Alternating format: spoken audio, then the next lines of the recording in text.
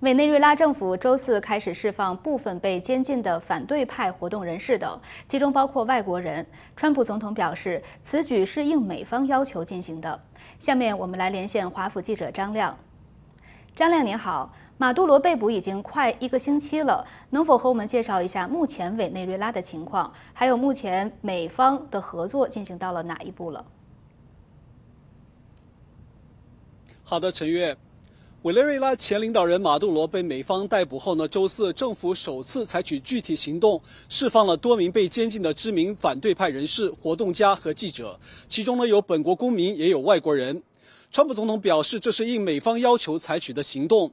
首批获释的名单呢，包括曾参与2024年总统大选的反对派候选人、前选举委员会成员马奎斯，以及反对派领袖呢皮列里。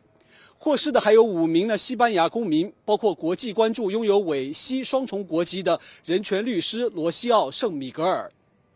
委内瑞拉的官员表示呢，将有相当数量的人获得释放，但截至周四晚间呢，还不清楚确切的获释人数和具体名单。川普总统周四呢还表示，委内瑞拉的反对派领导人马查多呢下周将访问华府。来看川普总统怎么说。Well, I understand she's coming in next week sometime. And I look forward to saying hello to her, and I've heard that she wants to do that. That would be a great honor. We have to rebuild the country. They couldn't have an election. They wouldn't even know how to have an election right now. The country's become third world, and they wouldn't know how to have an election right now.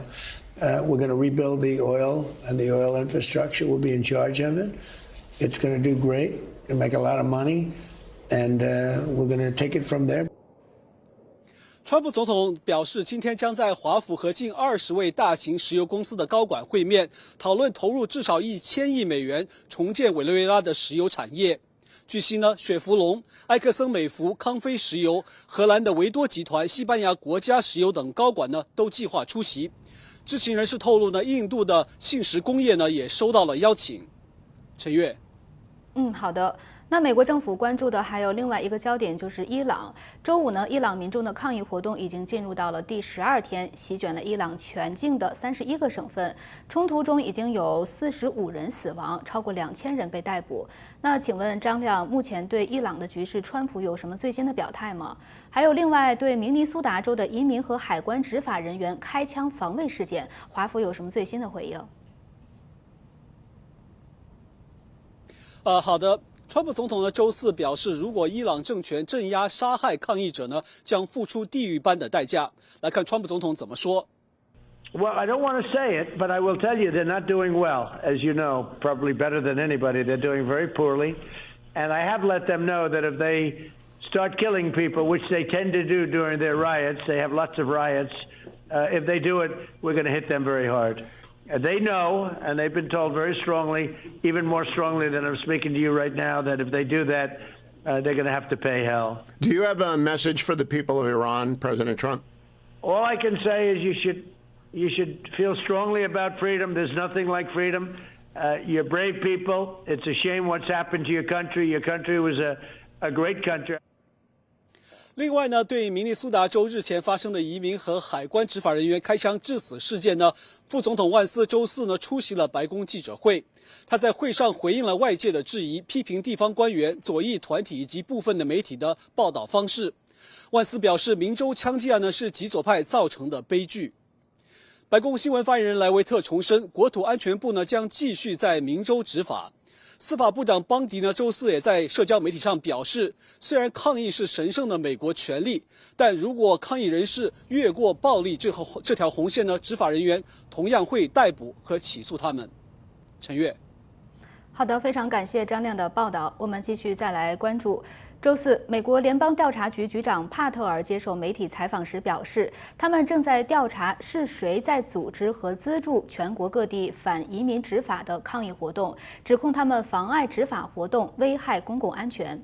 媒体报道说，这些抗议活动是由一个与中共有关的美国境内金融网络组织的。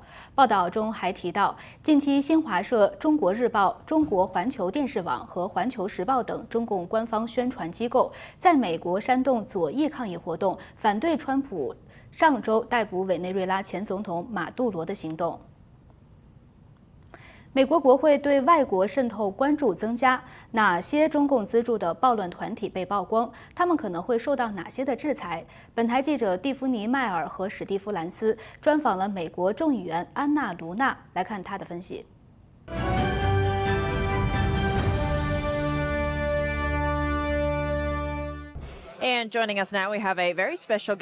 我们的特别来宾是佛州第13选区联邦众议员安娜·保琳娜·卢娜，非常欢迎您，议员。现在我们正处在一场文化战争中，马克思主义者的目标是从内部分裂国家，这一点在学校特别明显。您认为该如何加强国家的道德价值观？也许可以先从社区开始，然后向外扩散。现在有大量资金，特别是来自中共的，正在输送给这些马克思主义组织。因为亿万富翁内维尔·辛俄姆就住在中共宣传部对面，他和那里有直接的联系，严重违反了美国外国人代理人登记法案。他还资助了反移民执法局暴乱，还有社会主义与解放党，以及所有极左激进运动。还可以看到，粉红大麻组织是亲巴勒斯坦的，经常用以色列和巴勒斯坦问题向国会施压，他们也是由中共资助的。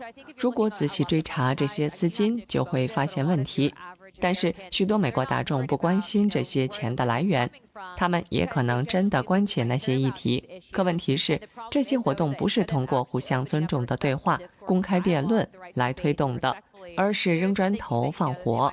我们通常不支持使用燃油瓶或者破坏私人财产，所以揭露这些很重要。他们一直在搞内部分裂， TikTok 就是典型的例子。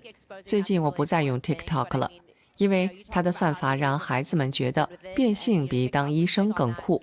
它在推动左派意识形态。如果你支持保守派，立刻就被贴上排外或种族歧视的标签。我不希望我的孩子学这些。你希望你的孩子学这些吗？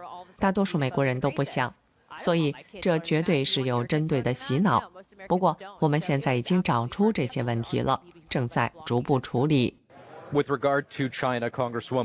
谈到中共，它显然被看成是美国最大的对手，不是竞争者，而是敌人。那么国会要怎么进一步保护美国呢？我们必须全面出击，动用司法部财政权。我希望查封资产，冻结资金。如果有人违反了外国代理人登记法，应该把他关进监狱，不能只是从国会寄出措辞强硬的信函。我不在司法部，对他们来说也许是好事。我在的话，恐怕不少人就被关进去了。但我们确实要善用现有的权利，例如有人拒绝回应国会，违反外国人代理法，甚至在美国资助恐怖组织，我们就可以没收他们的资产。这并非违宪，我们的财政部完全可以行使权限。此外，我觉得川普总统和中方的互动非常有战略性，他用的是关税战，不是随意而为。他不仅不笨，还非常出色。我很高兴他能在这个位置上。很多人以为这背后有什么疯狂策略，还真有一群聪明人在运作，但这群人就是我们的人，没有别人了，所以应该站出来了，不能再袖手旁观了。安娜·保琳娜·卢娜议员，感谢您的分享。谢谢。美国近年面临沉重的住房成本上扬的问题。2019年以来，全美房屋价格上涨了50%以上，房产税以及飙升的房屋保险费用都进一步增加了购房的成本。美国总统川普周四在真相社交平台发文说，政府支持的两大机构房利美和房地美将购入2000亿美元的不动产抵押贷款担保证券，解决住房的危机。2008年前后，房地美和房利美是次贷风暴的核心，最终都被美国政府接管。市场分析认为，房利美和房地美扩大投入有助于降低房贷利率。另外，还传出美国政府有意推动这两家公司重启 IPO 上市。川普总统还表示，将禁止大型投资者购买独立住宅，以应对房屋短缺的问题。美国总统川普近日表示，将采取措施禁止大型投资机构购买更多的独立住宅，以降低房价，让更多美国人，尤其是年轻人，可以买上属于自己的房子。对此，美国民众是怎么看的呢？来看记者盛言的采访。How are you feeling about? 你觉得现在的房价怎么样？ Well, I bought my house 20 years ago, well, 25 years ago, and for about $67,000. And nowadays, it would probably be about $200,000. So I think they're a little out of control. I don't know. I feel like it's difficult. Yeah, I mean, we're all college students, so it's difficult to say. But I feel like a lot of people are too pessimistic about it. They're getting high. I wish I would have bought in 20 years ago. It's the only real asset most Americans have. Well, we know that the prices are going up for a lot of people, and we're fortunate because we own our own home. So we're not really affected with the rates right now. We bought at a good time, you know. I mean, back in the 90s when we bought our house, you know. 你有自己的房子吗？ I do not. You do not. And are you looking? 那你期待有一套吗？ Possibly one day. I hope so. And how do you? 你觉得现在对你来说房市怎么样？ Most of the homes around where I live in New York are way out of my price range. So nothing's happening anytime soon. President Trump is talking about potentially banning large investors from buying single-family homes. Do you think this is going to be beneficial for the country? What are your thoughts? Yeah, it'll keep prices down. If you put big money into the home market where they can pretty much overpay, pay 10%, 20% over asking price, it's going to make it hard for your average man to bargain for a good home. I think it's a good idea. Like companies like I think it's Blackstone have been buying up homes for the last 5-10 years. So it's kind of good that that's something that's getting thought of by a president, you know. I think it's much more important that we just build a lot more housing to generally drive down prices than banning investors from investing in this asset. Trump is a businessman, so I think he looks at more everything as a business, and if he wants the bigger corporations out of families' business like that, then I think that's a good idea. Back in 2012, I was in the title business, the mortgage business, and my job was to go out and get deeds for bulk sales, where corporations were going out and buying all the homes in Detroit. Literally, I would go out and get 75 foreclosure deeds a day, and they would just buy them up like nothing. They could get them for $1. I think it's a great idea. Some of these young kids, they're getting out of college and stuff, they're already in debt, and it's tough to go get a home also. 2026年1月8号上午9点左右，中国著名人权捍卫者陈云飞在成都市居住的小区内遭到一名男子殴打谩骂，眉骨骨折缝合4针。报警之后，珠江路派出所未给出调查结果和回应。据知情人介绍，事发时陈云飞和往常一样推着90岁的母亲到楼下散步，突然有一名不明身份的男子冲上来，一边暴打陈云飞，一边叫骂，并扬言警告不要在 X 上发帖。陈云飞没有还手，面部多处受伤，是愤怒的过来了，质问了几个问题，还拿出了个右眼往上头就出现伤口，那有个4公分长的缝了4针的部位，现在还是红肿的。平日监控陈云飞的警车和国保人员也都在楼下，但无人上前阻拦。陈云飞当场报警。目前珠江路派出所对调查结果未作出回应。记者拨打珠江路居委会电话无法连通。溆浦珠江路派出所警察在电话中回应不清楚此事，就只做了一个口供笔录，没有答复，也没有个处理一些典型的报复性的，有哪些人员、哪些机构。哪些幕后操守，我们也在深入的调查了解。陈云飞是中国著名维权公民、意见人士，曾参加89学运。被镇压后，他回到四川老家谋生，但仍坚持民主理念，持续为弱势群体提供帮助。他先后2次被判刑，累计8年，期间遭受严重酷刑。2025年3月24日刑满释放。陈云飞出狱后一直照顾着年迈的母亲，他们多次遭到当局逼迁，钱财被洗劫一空，过着颠沛流离的生活。近日，他正准备搬离现住小区，没想到遭遇此劫。曾亲历6次在大陆也有过被逼迁经历的旅美人士李英芝批评中共当局利用逼迁手段对意见人士进行迫害是没有人性的。云飞他是租房子住，最近正计划搬离，他肯定有压力，他反复让你搬家，那是非常痛苦。当地的派出所还有居委会反正在这捣鬼，非常残忍，没有基本的人道底线。李英芝表示，陈云飞是目前大陆极少数不畏强暴、敢于坚持发声的意见人士，值得敬佩。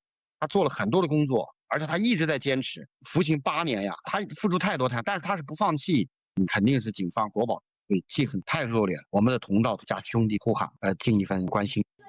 新唐人记者洪宁、彭新宇采访报道。美国国务院发言人近日表示，国务院谴责中领馆保安用胡椒喷雾攻击和平抗议者的事件。国务院还表示，将会密切关注事态的发展。美国国会议员也强烈谴责中共的跨境镇压。美国国务院发言人在发给《大卷时报》的声明中指出，美国宪法第1修正案保障了人们的和平集会权利。在美国，任何压制行使这项基本自由权的行为都不可容忍。现场画面显示，1月4号，一名中共领事馆保安在洛杉矶领馆外掏出胡椒喷雾装置，对准和平抗议者近距离猛烈喷射，又冲向街道上的人群连续喷射。这名保安是38岁的专业保安服务公司老板吴谢，警方当天将他逮捕，6号释放。1月4号，几十名中国民运人士在中共领馆外和平集会，庆祝美国逮捕委内瑞拉独裁者马杜罗。活动人士表示，现场有8人被喷胡椒喷雾后受伤，送医治疗，其中1人出现抽搐症状，其他人感到眼睛灼伤和胸痛。美国众议院中国问题特设委员会主席约翰·莫勒纳尔说，强烈谴责中共压制海外意见人士、恐吓异己、实施跨国镇压与胁迫的手段，表示中共习惯于在国内践踏中国公民的权利，但这种行径在美国领土上绝不容忍。一些议员认为，这起事件的时机凸显了中共与委内瑞拉之间的密切关系。众议院外交事务委员会副主席达雷尔·伊萨在谈到这起攻击事件时提到，中共1989年天安门广场镇压请愿学生的6四事件。Ever since Tiananmen Square, we've known that China will use techniques that are unacceptable, and it doesn't surprise me that even in the United States, China would do that. 新唐人电视台记者李梅、刘芳综合报道。美国密苏里州的检察官办公室近日起诉一名中国男子，指控他没有经过授权就擅自拍摄当地的怀特曼空军基地。这个基地是美军相当重要的设施基地，是全美唯一常驻 B-2轰炸机的基地。去年美军轰炸伊朗核设施的飞机就是从这里起飞。检方还指出，这名中国男子在2023年非法入境美国，当时就被移民局逮捕，不过均因为拘留空间不足获得保释。原定于明年进行遣返程序。联合国难民署近日发布报告，2025年初步数据显示，中国人大规模外流寻求庇护的趋势没有减缓，和去年创纪录的人数不相上下。联合国难民署初步估计，2025年申请庇护的中国人大约有178725人，2024年的人数超过18万。2025年，美国和加拿大的接收量均大幅增加。美国从68794人增加到147909人，加拿大从2873人增加到6425人。美国约占总数的83%，名列第一；澳大利亚约6%，位居第二；加拿大3.6%，位居第三。申请美国庇护者中，包括38岁在河南南阳长大的关恒。他的庇护案件将于1月10号再次开庭。关恒曾孤身深入新疆，拍摄中共关押维族人和意见人士的集中营设施。影片剪完后，他萌生了公开发布的念头，也迎来人生中最艰难的抉择——离开中国。中国人权执行主任周峰锁认为，关恒是低调而清醒的年轻人，对自由与民主的议题展现出真诚的关注。他说，他代表了另一种中国，没有被洗脑，仍然相信常识、勇气与自由的中国。这样的年轻人让他深受鼓舞。新唐人电视台记者李梅、刘芳综合报道。再来关注俄乌局势。莫斯科当局拒绝了最新的战后维和计划后，向乌克兰首都基辅发动大规模攻击。乌克兰今天指控俄军在夜间发射了36枚导弹、242架无人机，导致基辅及其郊区的20栋民宅损毁，4人丧生。卡塔尔大使馆的一栋建筑也受损。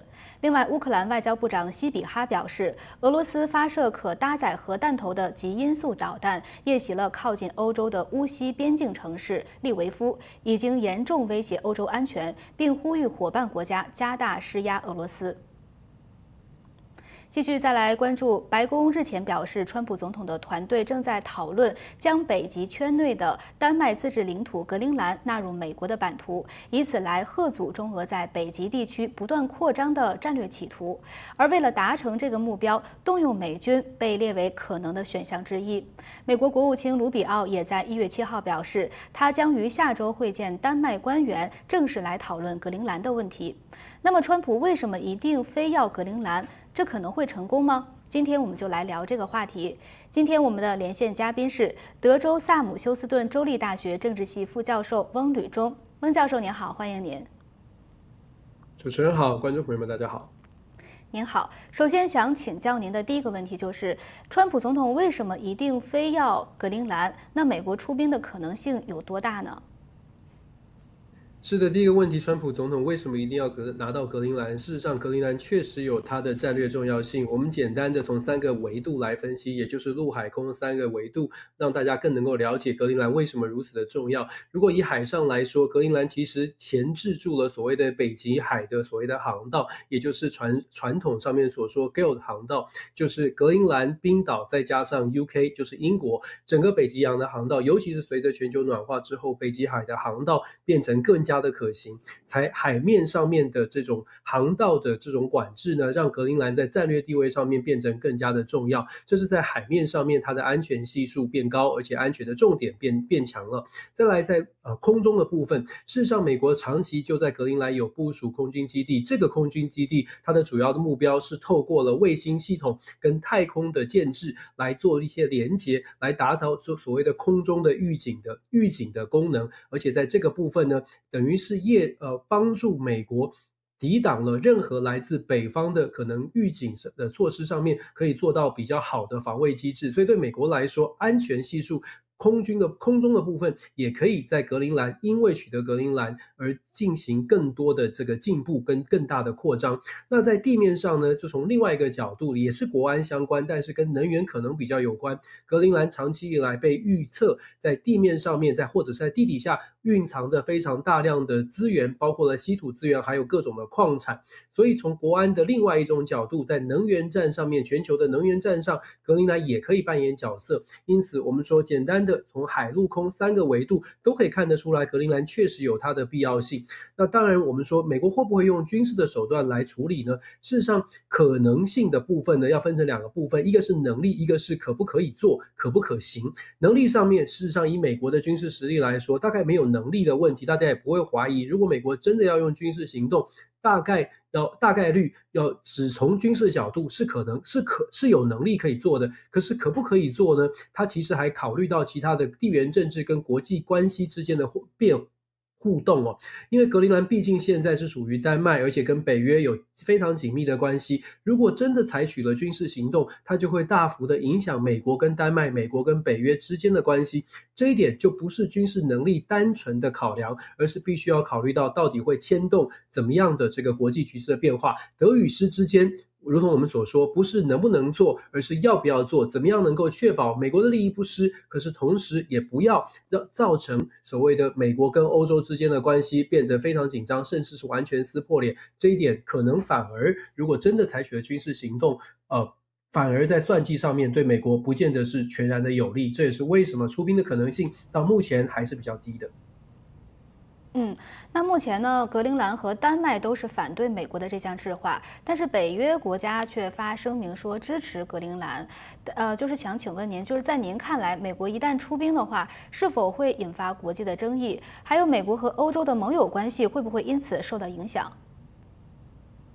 是的，如同我们所说的，如果美国真的采取了军事的行动，当然我们知道格陵兰对于美国很重要，可是如果采取的手段是用军事行动的话，它会直接的冲击到美国跟欧洲的关系，尤其是北约组织。如果真的采取了军事行动，北约组织基本上就算没有完全的崩坏，也会等于是荡然无存，变成一个空壳，因为等于在北约组织内部，美国跟盟友之间完全的撕破脸。因为我们知道北约组织的第5条就是非常清楚的规定了，欧洲国家任何的盟友，北约组织的任何一个盟友，如果遭受到了军事的侵犯，事实上盟友都要出兵协防。那么美国在北约组织之中至少扮演着一个非常重要的角色。如果在这个时候，美国真的用军事行动来针对北约，也就是自己的盟友采取军事行动，那么当然就如同我们所说，北约组织基本上就会变成完全的崩解，或者是剩下一个空壳子。这一点对于美国的国家利益而言呢，是必须要从长计议的。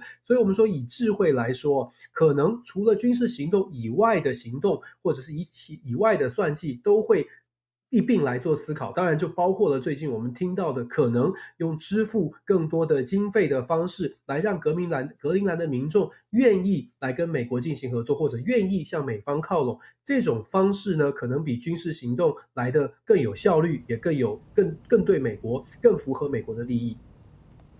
那么最后还想请问您，就是从目前的局势来看，您觉得川普有可能会成功吗？还有这其中关键的变数和影响的因素是什么？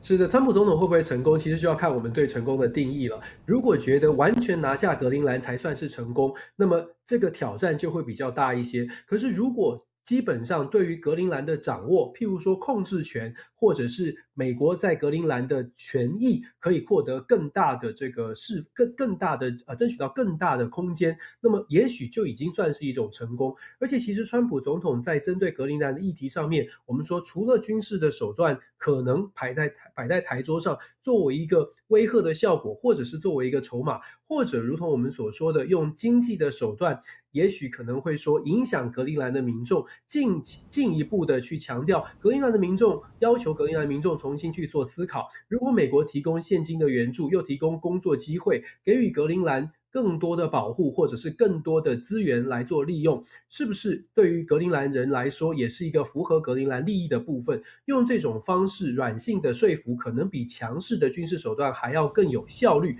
如果真的可以顺利的推动，基本上我们所谓的成功，就算它最后不是格陵兰变成美国的一个部分，如果说格陵兰可以跟美国的关系更加的紧密，而美国对于格陵兰刚刚我们说到的海陆空3个维度都能够有更进一步的掌控，事实上这也可以说是一种成功。所以我们说怎么来定义成功，基本上以现在的局势看起来，美国总统川普现在的手上的筹码跟手上工具箱里面的手段其实是蛮多的。那当然欧洲国家现在会比较紧张，不过形势比人强，现实的来说，格陵兰基本上未来的命运呢，只能说在美国跟欧洲的角力之下，可能会对格陵兰的未来做出决定。那当然美方的态度现在也是看川普总统究竟有多想取得多大的成功了。好的，非常感谢您的分析，也非常感谢您为我们做出了很好的解答，谢谢。感谢。我们继续再来关注1月7号下午，美国神韵环球艺术团在英国牛津进行了首场演出。演出现场气氛热烈，掌声雷动，主流观众对神韵艺术家的精湛演出惊叹不已。美国前职业舞蹈比赛冠军贾斯汀·吉尔梅特先生激动表示，还想再看一次。Just how they're so elegant, light on the feet, how they point the toes, how they're all together in their movements, how they tell the story through the movements, even with the music, the orchestra, and how they all work together and portray their story. It's phenomenal. It's a really amazing experience.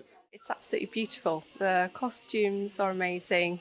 The sets, I love the interaction with the tech and the live performance. So yeah, beautiful. Just how synchronized they are, how light on their feet, going from one story to another story, and how they educate you on their history and their culture and everything. It's phenomenal, and they're just amazing dancers. Really special to watch. 神韵的演出在文化、艺术与价值观层面都给观众带来了深刻的感受。I think it came across that that sort of still runs through the society today, but I think it came across really well in terms of those values. And it's phenomenal. The technique, the elegance, how they incorporate the culture and educate you on that. I think it's very special and unique experience. I think it's great because you get to see all the different elements, different parts of the Chinese culture, which maybe I wasn't aware of before. So it's great to see all the different styles and dances and everything. Yeah, it's great. 观众表示，神韵的演出让人印象深刻，也带来不同层面的感受，并深感敬佩。Motivation, inspiration. I'd love to see it again. It's like I said, it's a special thing that you have to see it in person to really get the full experience. I would say it's a really beautiful performance, beautiful costumes and really interesting different forms of dance, and also the orchestra was beautiful as well. The music was great, so really enjoyed it. Thank you very much for all your hard work and your performance, and it's been an honor to watch you, and I have a lot of respect for all of you, and again, just thank you very much for all your hard work. I appreciate it. 新唐人欧洲记者站英国牛津采访报道。承传传统，匠心独具，普瑞堂玄宝黑参，精选韩国优质高丽参，历经2260天，9蒸9曝，手工制作，富含人参皂苷，去除燥火，滋养身心。普瑞堂玄宝黑参再现生命活力。点击视频下面连结，输入 NTD999即可享受全球免运费。